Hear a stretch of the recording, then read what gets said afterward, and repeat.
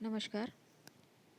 BA part first Indian music नृत्य शैलियों की जानकारी में आज हम बात करेंगे ओडिसी नृत्य के बारे में। ओडिसी नृत्य की नींव नाट्य शास्त्र के प्राचीन हिंदू संस्कृत प्रदर्शन कला के पाठ में पाई जाती है।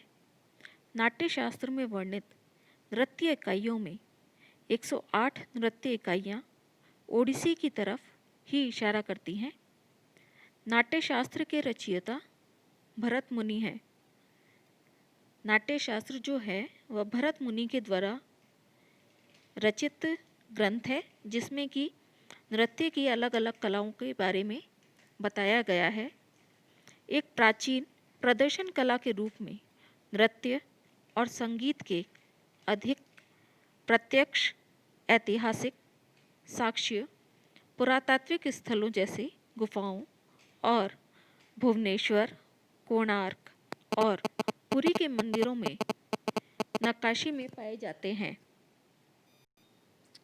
उदयगिरी में मंचपुरी गुफा नृत्य और संगीतकारों की बेहतर नक्काशी दिखती है और यह पहली या दूसरी शताब्दी ईसा पूर्व में जैन राजा खारवेल के समय से मालूम होते हैं। उड़ीसा के संगीत की परंपरा भी प्राचीन जड़ें हैं।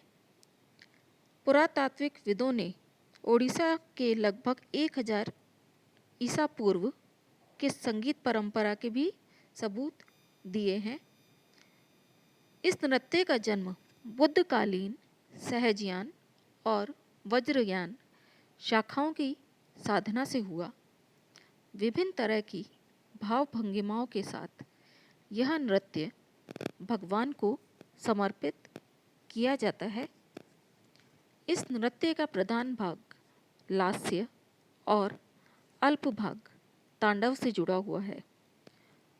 कहने का अर्थ यह है कि इस नृत्य में लास्य जो है वह अधिक मात्रा में है और कुछ भाग जो है वह तांडव से या जुड़ा हुआ है।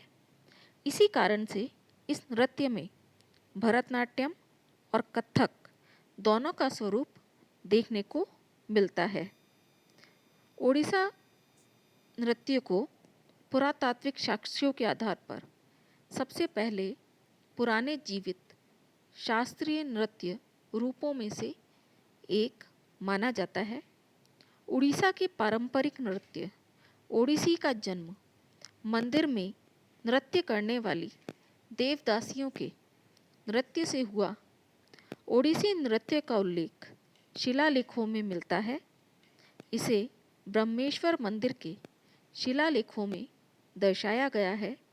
साथ ही कोणार्क के सूर्य मंदिर के केंद्रीय कक्ष में इसका उल्लेख मिलता है। वर्ष 1950 में इस पूरे नृत्य रूप को एक नया रूप दे दिया गया, जिसके लिए अभिनय चंद्रिका और मंदिरों में पाए गए तराशे हुए नृत्य की मुद्राएं धन्यवाद के पात्र हैं। कहने का अर्थ यह है कि पुराने जो मंदिर हैं उनमें जो नृत्य की मुद्राएं हैं और जो संगीतज्ञों के बारे में बताया गया है उससे अधिक इस नृत्य के बारे में जानकारी प्राप्त हुई और इसे शास्त्रीय नृत्य के रूप में आगे बढ़ने का मौका मिला। इसके जो प्रमुख पक्ष होते हैं उसके बारे में हम आपको बताना चाह रहे हैं।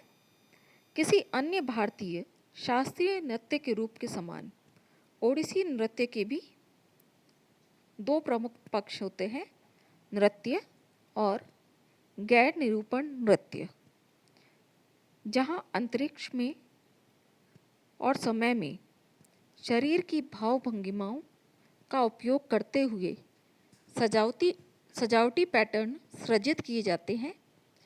इसका एक अन्य रूप अभिनय है, जिसे सांकेतिक हाथ के हाव-भाव और चेहरे की अभिव्यक्तियों को कहानी या विषय वस्तु समझाने में उपयोग किया जाता है।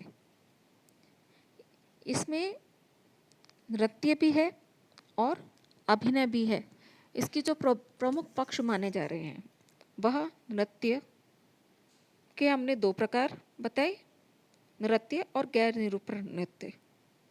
शरीर की भाव भंगिमाओं का उपयोग करते हुए नृत्य किया जाता है और अन्य रूप जो इसका है वह अभिनय माना गया है, जिससे हाथ के हाव भाव और चेहरे की जो अभिव्यक्ति है उसे कहानी या विषय वस्तु को समझाने में उपयोग किया जाता है।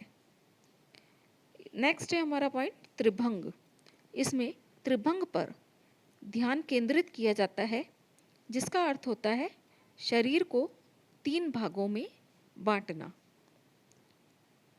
सिर, शरीर और पैर। मुद्राएं और अभिव्यक्तियां भरतनाट्यम के समान ही होती हैं। इसमें जो मुद्राएं हैं वह भरतनाट्यम के ही समान होती हैं। ओडिसी नृत्य में कृष्ण भगवान विष्णु के 8वें अवतार के बारे में कथाएं बताई जाती है। कृष्ण को भगवान विष्णु का 8वां अवतार माना जाता है, जिसके बारे में ही इसमें कथाएं जो हैं वह बताई जाती हैं।